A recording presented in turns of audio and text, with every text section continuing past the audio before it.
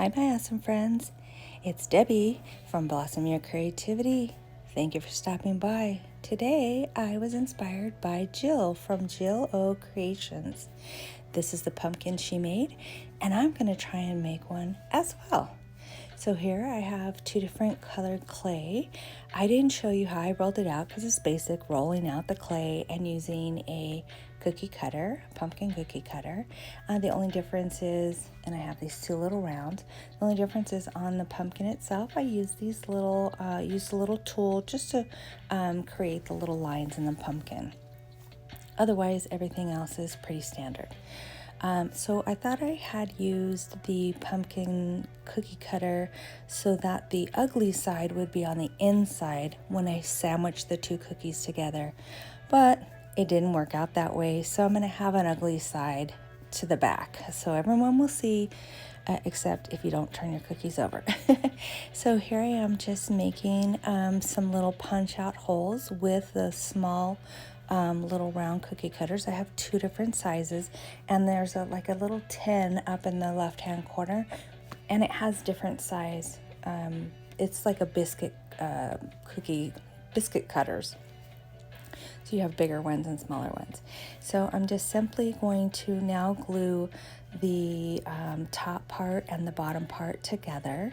And I'm just using the super glue, and that cutout is perfect size for my little embellishment. Now once I put it in, I realized, wow, it's pretty low, and that's because I used too much clay on the orange, and so it made my little window too deep. So I had to put, as you saw just now, I put like a little piece of clay behind it to elevate my little piece. Now, I do want to say that the bottom part was completely dry. The orange part was had a crust on it, but it was still pliable. You could still move it around, shape it. So what I noticed is, because one was completely dry and then one was semi-dry, when I put them together, they didn't really adhere to one another. Even with the glue, I can still see gaps. So I would say, if you're going to do this, go ahead and put them together while it's still a little wet, not completely dry. And you don't want to do it when they're just freshly done, unless it's just because you have to press them together, and anytime you use pressure, you distort the clay. So just give it a little bit, maybe like an hour or two, and then come back and then put them together. So as I'm explaining, you can see that I'm just trying to match the size of the embellishment to the opening, and then again having to elevate the embellishment so that it shows through the window better. And I think you saw that in Jill's creation. Hers were not as deep, so I went a little overboard on the size of the cookies, I guess. So I'm just going to do the same thing on each one. I think I have 5 different embellishments to put inside the cookies, and then so each one I just put some clay underneath, and then the last one I filled in the entire hole, so it has a different color to it. In hindsight, I probably could have done that with all of them, but if you notice the size of the holes, like the hat, if you're looking at that, there's not very much room to see a color behind it. Now if I made the hole bigger, then of course you'd be able to see it better.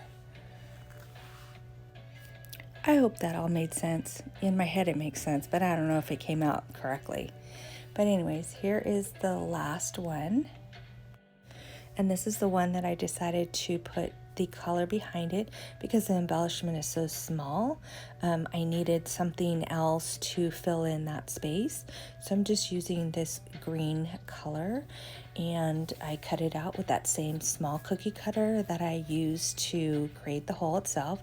So I know that it's going to fit exactly as it was intended. And see the little shoes, they are so small. The green, I think the green really helps it pop. And so once I have them all glued together, then the next step will be to do the stem. Now, I thought I had an idea in my head how I wanted the stem to come out. But of course, when you start actually doing it, your ability, your actual ability, sometimes doesn't match what you think you can do in your head, but that's okay, because I just came up with a new design, other than what was in my head. So just do like little squiggly lines, like you would see on a pumpkin, the little vine. And so that's what I'm trying to replicate here. And after I did that, I, looked back and I thought maybe I could just go ahead and fill in the whole stem. So you'll see that.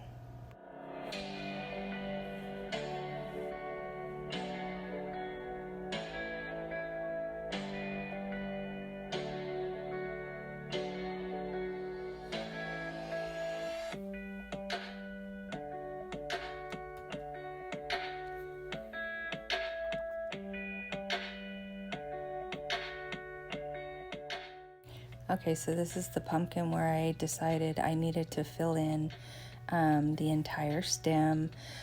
So I go back and I do the rest of them. So you guys tell me what you guys think. Should I have completed the stem with all green, or I should have just left it the way I had it?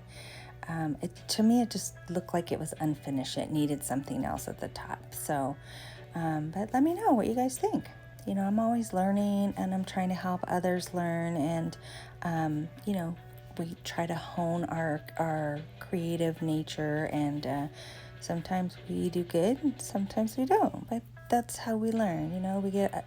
We learn from experience. We learn from making mistakes. Things don't work out like we thought they were going to, so we change our way of doing things the next time.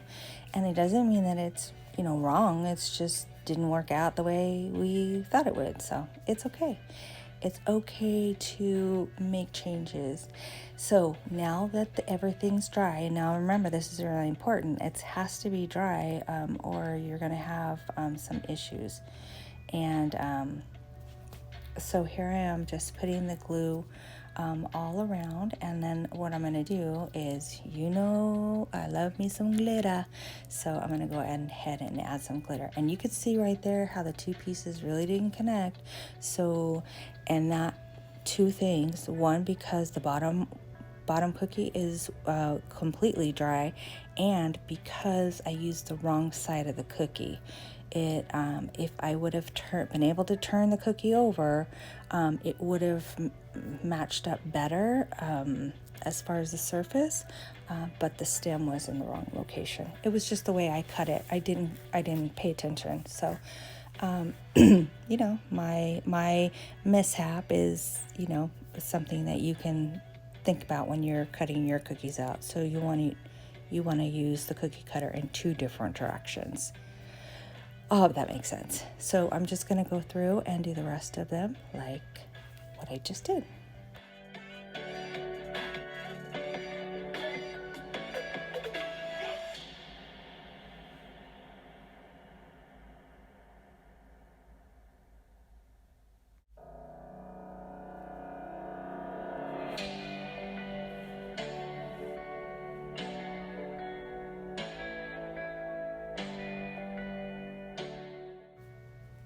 And here is the final reveal.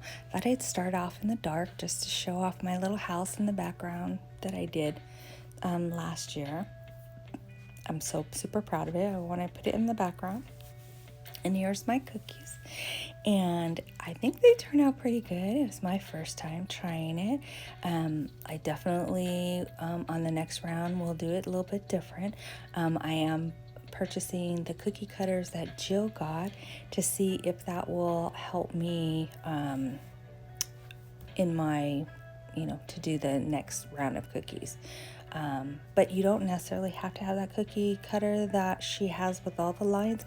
You can make your own, just as you can see here. I just made my own lines. So thank you guys for so much for stopping by and seeing my last June-O-Ween Halloween DIY. And now I'm going to be going into Christmas for Christmas in July, so we'll see lots more we'll be seeing Christmas stuff. Again, thank you for stopping by. If you haven't already subscribed, please consider, tell a friend. I would really love to have more people join my YouTube family.